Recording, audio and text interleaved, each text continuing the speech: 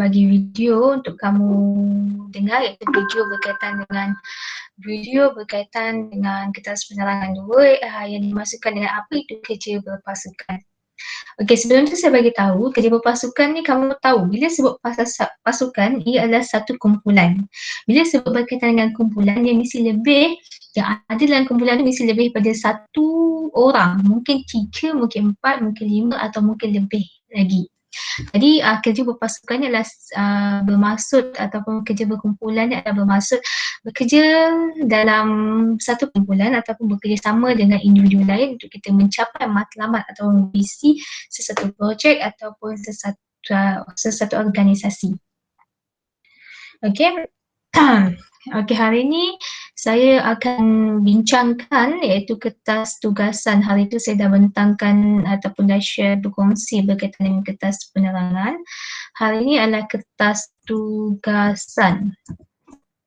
Okey, ini tengok kertas tugasan kamu, tajuknya aplikasi kerja berpasukan, di mana tujuan kertas ini adalah untuk memantapkan pengetahuan dan pemahaman pelatih mengenai objektif kerja, pembincangan yang membina pembangunan ahli pasukan dan juga pematuhan peraturan. Tengok soalan nombor 1. Okey, apakah definisi yang betul bagi kerja berpasukan? Kita ada 4 jawapan A, B, C, D. Dan jawapan ni sebenarnya hampir sama.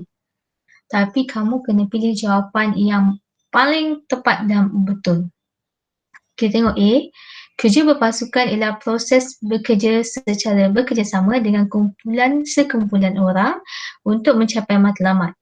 Macam betul kan? Okey, tengok B. Kerja berpasukan ialah proses membuat keputusan dengan sekumpulan orang untuk mencapai matlamat. Macam betul, macam tak. Okey, kerja berpasukan ni pun adalah proses membuat keputusan, tapi keputusan tu adalah hasil perbincangan, hasil kita perbincangan, luahan macam perkongsian idea, perkongsian pendapat dikongsi, kemudian kita akan berbincang untuk mencari satu keputusan yang terbaik. Kemudian kerja berpasukan proses keputusan secara bekerjasama sekumpulan orang untuk mencapai matlamat. Ayat ni macam terbalik dan tergantung. Kerja berpasukan ialah proses perancangan keputusan dengan sekumpulan orang untuk mencapai matlamat. Okey, antara A, B, C dan D, jawapan yang paling tepat adalah kerja berpasukan ialah proses bekerjasama. Kita bekerjasama dengan orang lain untuk kita mencapai matlamat. Dalam kita bekerjasama mencapai matlamat tu, kalau ada perkara yang nak dicapai ataupun idea yang sumbangan-sumbangan idea boleh kita lakukan dan kita cari apa idea yang terbaik, yang mana mungkin idea tu boleh kita gunakan dalam proses kita nak mencapai kita punya matlamat. Jadi A, B, C, D ialah yang lebih tepat. Okey, kita tengok pada soalan nombor 2. Sebentar ya.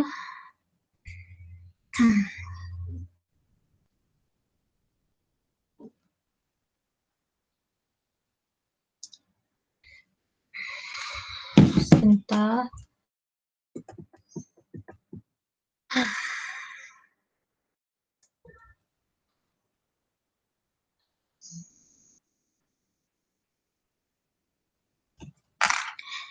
Okey, kita pergi kepada soalan nombor 2.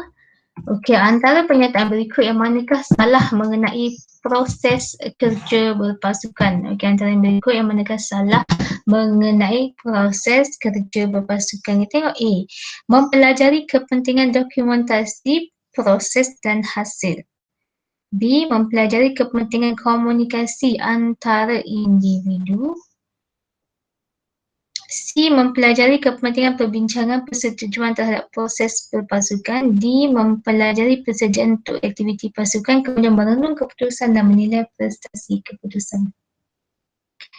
Okey, untuk objektif proses kerja berpasukan, maksudnya objektif kenapa kita kerja dalam satu pasukan. Pertama sekali adalah kita dapat belajar bagaimana proses kita melakukan dokumentasi dan juga hasil daripada kerja berpasukan kita. Dokumentasi adalah sistem perfailan lah sebenarnya. Dalam kerja berpasukan kita dapat mempelajari kepentingan dokumentasi dan juga proses dan hasil. Yang kedua, dalam kita kerja berpasukan, kita mempelajari kepentingan aktiviti perbincangan, persetujuan. Jika ada masalah yang berlaku, kita akan berbincang. Kalau ada konflik yang berlaku dalam pasukan, kita akan belajar cara untuk selesaikan masalah. Proses kita berbincang untuk kita capai satu persetujuan terhadap proses pasukan dalam satu pasukan lah. Okey, yang ketiga, mempelajari persediaan untuk aktiviti pasukan. Dalam aktiviti pasukan, kita belajar bagaimana cara nak buat persediaan. Okey, kemudian merenung keputusan dan menilai prestasi pasukan. Maksudnya kita bila ada keputusan dalam kumpulan tu, kita kena pasti balik dan menilai kita punya ahli pasukan ni adakah berpotensi, berprestasi dan sebagainya. Jadi jawapannya adalah B. Mempelajari kepentingan komunikasi antara individu ini basic dan if kalau bukan dalam kerja berpasukan pun, kamu ini yang paling basic sebelum kita masuk organisasi.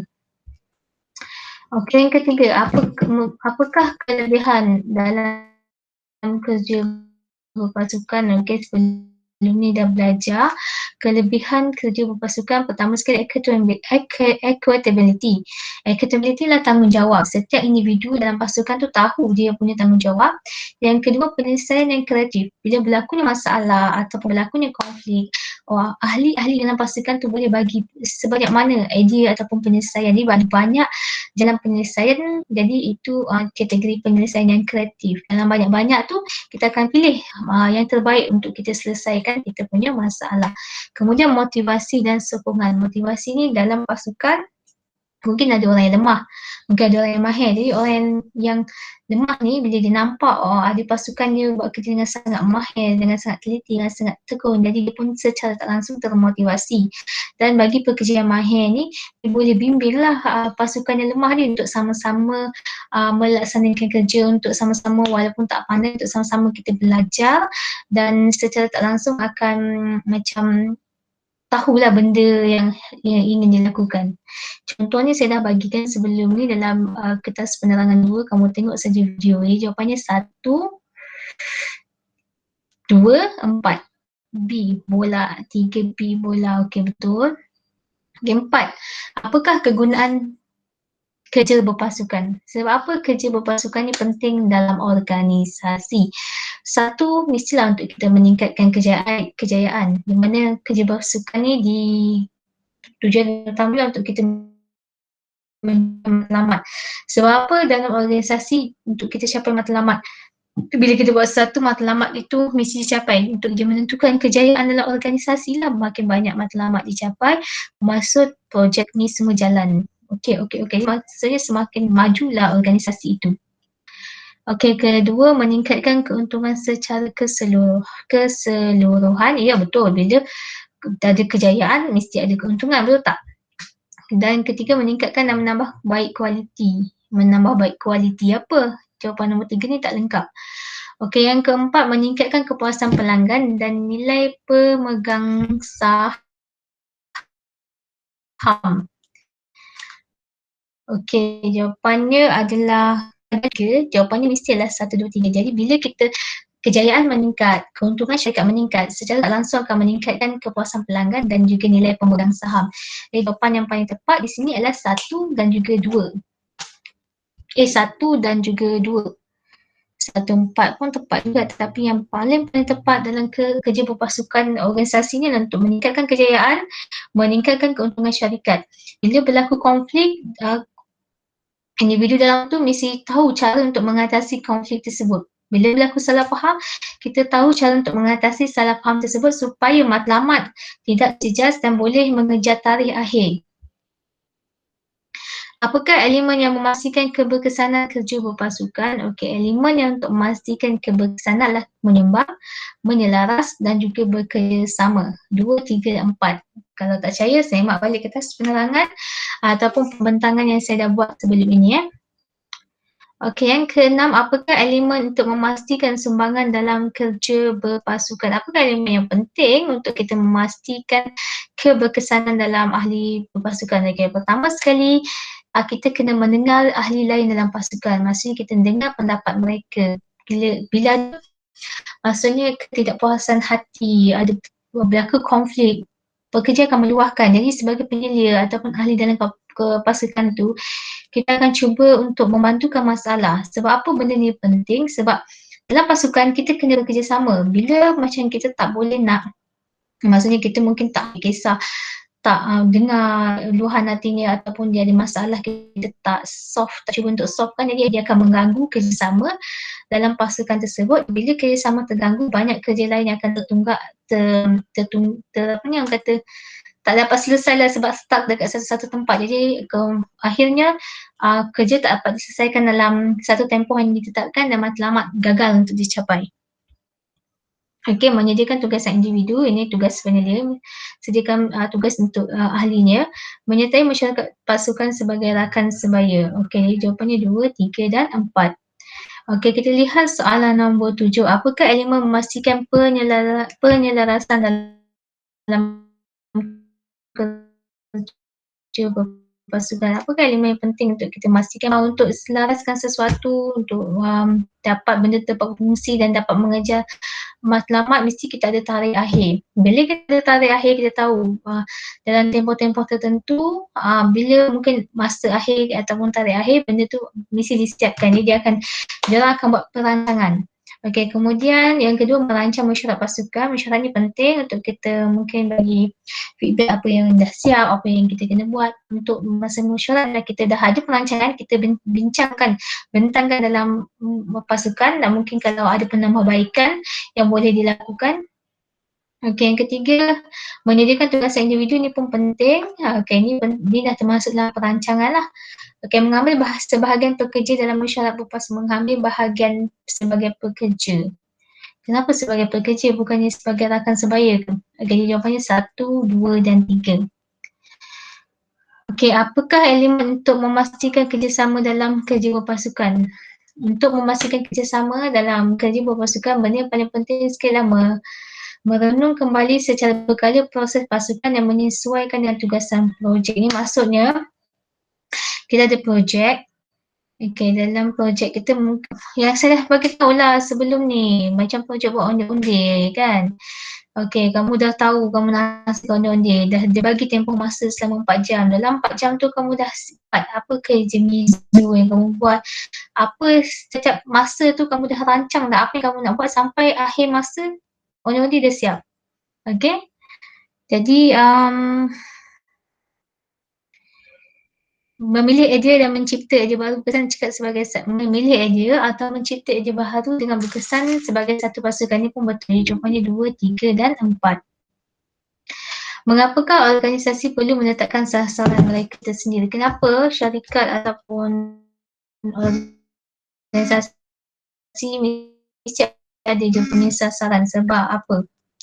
Okey, sebab kalau ada ni sasaran, organisasi dapat kita sediakan struktur ataupun kita sediakan rancangan, dan melalui sasaran ni lah kita boleh menilai kita punya hasil kerja. Okey. Nombor 10, apakah elemen yang menetapkan sasaran untuk mencapai matlamat? Saya dah kata sebelum ni dalam kertas penerangan. Contoh kamu punya sasaran, mungkinlah organik ada kedai nasi lemak. Okey, tetapkan sasaran ni pada bulan April nak jual 100 pack nasi lemak ni contoh. Okey, jadi sasaran kamu ni mesti sesuatu perkara yang khusus. Maksudnya berfokus, bukannya tak tentu hala. Kemudian sasaran ni boleh dicapai. Contohnya menjual 100 pack nasi lemak pada bulan April. Jadi 100 pack dia nak jual, boleh dicapai dan juga boleh diukur. Fleksibel ni bukan fleksibel ni dia berubah-ubah. Kejap nak jual 100 dan nampak down nak jual 50 je, tak. Bila mungkin ada berlakunya masalah ataupun konflik, dia kena carilah penyelesaian. Apa yang dia perlu buat sampai dia dapat capai dia punya target. Dalam bulan April tu nak jual 100 pack nasi lemak. Jadi jawapannya 1, 3 dan 4. So relax, ni kepala ni sakit sikit.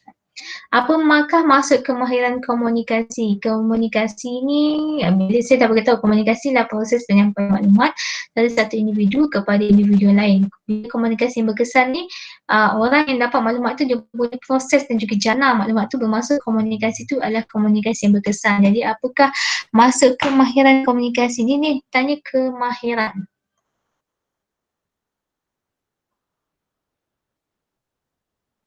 dengan semua peserta. Yang ini dia tak tanya masuk komunikasi, dia ni kemahiran komunikasi. Apakah maksud kemahiran komunikasi? Pertukaran mesej antara dengan semua peserta.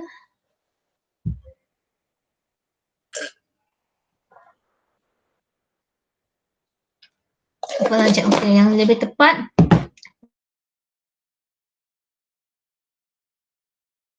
dua peranan yang aktif, iaitu penyampai dan juga penerima. Sebagai penyampai, dia kena gunakan bahasa yang mudah, maksudnya dia kalau orang tu faham bahasa Melayu, baru dia boleh cakap bahasa Melayu. Kalau orang tu tak faham bahasa Inggeris, dia kena guna bahasa Inggeris. Jadi dia kena gunakan bahasa yang mudah yang penerima tu boleh faham. Ya, itu dia kata peranan yang aktif. Peranan tu antara penerima dan penyampai juga penerima lah, antara dua orang atau lebih dengan semua peserta. Dia masuk kemahiran komunikasi yang tepat adalah C. Okey, nombor 12. Apakah elemen yang perlu untuk mengimplementasikan komunikasi? Apakah elemen yang penting untuk kita mengimplementasikan komunikasi? Iaitu, kalau kita ada penceramah yang baik, orang tak dengar, jadi dia berkesan ke tak berkesan? Tidak kan? Kalau kita ada pembentang yang baik ataupun penghubung yang baik tapi orang tak dengar, jadi komunikasi tak berkesan. Orang suasana bising. Jadi yang paling penting adalah pendengar yang baik. Penceramah pun mesti bagus, kemudian pendengar mesti pendengar yang baik. Jadi baru komunikasi tu orang yang dengar tu faham, jelas dan laksanakan apa yang dibagi tahu. Sebab saya kata elemen penting dalam komunikasi adalah satu proses penyampaian mesej ataupun maklumat dari satu individu kepada individu yang lain. Tapi untuk dapatkan komunikasi yang berkesan, pendengar tu dia faham, dia dengar dan dia boleh jana apa yang kita cakap tu. Itu adalah komunikasi yang berkesan. Okey, nombor 13. Senaraikan dua elemen kerjasama dalam kerja berpasukan dan terangkan kesannya. Saya dah beritahu satu accountability, di mana accountability ni adalah seperti tak bertanggungjawab terhadap tugasan yang diberikan. Kemudian penyelesaian yang kreatif. Penyelesaian yang kreatif ni adalah bila dalam satu kumpulan kita boleh sumbangkan idea ataupun pendapat dan kita cari satu penyelesaian yang terbaik lah. Okey, yang ke-14, senaraikan elemen kerjasama dan kerja berpasukan dan cara mengimplementasikannya. Okey, ni dah ada dalam objektif tadi. Kamu boleh tengok, iaitu salah satunya adalah dia senaraikan dua, salah satunya adalah memilih idea ataupun mencipta idea yang baharu secara berkesan cekap sebagai satu pasukan, kemudian membincangkan pandangan yang bercanggah. Kalau ada pandangan yang bercanggah, kita bincangkan, kita cari perbezaan dan cari satu kata putus. Kemudian dari masa ke semasa kan, bila kita ada projek-projek yang lepas tu, dari masa ke semasa kita ni bukan yang apa ni jadi dalam satu pasukan kita kena sentiasa dalam untuk mencapai satu projek, kita kena sentiasa cari apakah proses yang terbaik untuk kita capai projek tu. Mungkin kita tak gunakan semua proses, mungkin 2 atau 3 saja. Okay, itu sajalah untuk hari ni. Sorry sangat kepada saya berpusing, macam tak cukup nafas. Saya punya line telefon pun dia nak mati, saya hotspotkan ke ke laptop. Yang ni kita insyaAllah dalam bulan Mac ni kita akan habiskan semua capabilities. Bila capabilities dah habis, nanti kamu naik, saya akan terus bagi kita akan terus dengan aktiviti filing. Minggu pertama tu kita kemas bengkel filing, minggu kedua kita terus masak. Kita akan masak, kita gila lah, maksudnya masak 2 minggu, seminggu sebab kalau direct saya penat kan, saya pun lagi penat sebab saya mencari barang. Jadi 1 minggu masak, 1 minggu rehat, 1 minggu masak, 1 minggu rehat. Dia bukan rehat 1 minggu masak, 1 minggu filing, 1 minggu masak, 1 minggu filing. Kita habiskan dulu abilities, bila dah habis abilities kita akan masuk tajuk pemakanan, kamu akan masuk tajuk rice and farinacea, kamu akan masuk tajuk catering setup, kamu akan masuk tajuk dessert production dan semuanya lah ada 4 tajuk. Siapa yang dah habis tahun lepas tu Alhamdulillah, yang tak habis tu kamu tak buat semua task yang saya bagi, kamu tak layak ambil SMSKM ya. Maksudnya kamu tak mencapai jam kredit yang dikehendaki. Okey, sekian kelas untuk hari ini. Kita lupa nak baca doa tadi, tapi kita sudahi kelas kita dengan apa ni, surah Wal-As. Bismillahirrahmanirrahim. Wal-As innal insana lafi khusr illa allazina amanu wa amilus solihati wa tawasaw bil haqqi. Tolong buat semua nota yang saya bagi. Tolong buat bagi. Siap naik sekolah. Siapa yang tak siap, jangan kosong. Kamu belajar saja di luar kelas ya. Ambil kursi kamu susun tu di luar. Sampai hujung tahun kamu tak siap, sampai hujung tahun lah kamu di luar. Okey, sekian. Terima kasih. Assalamualaikum.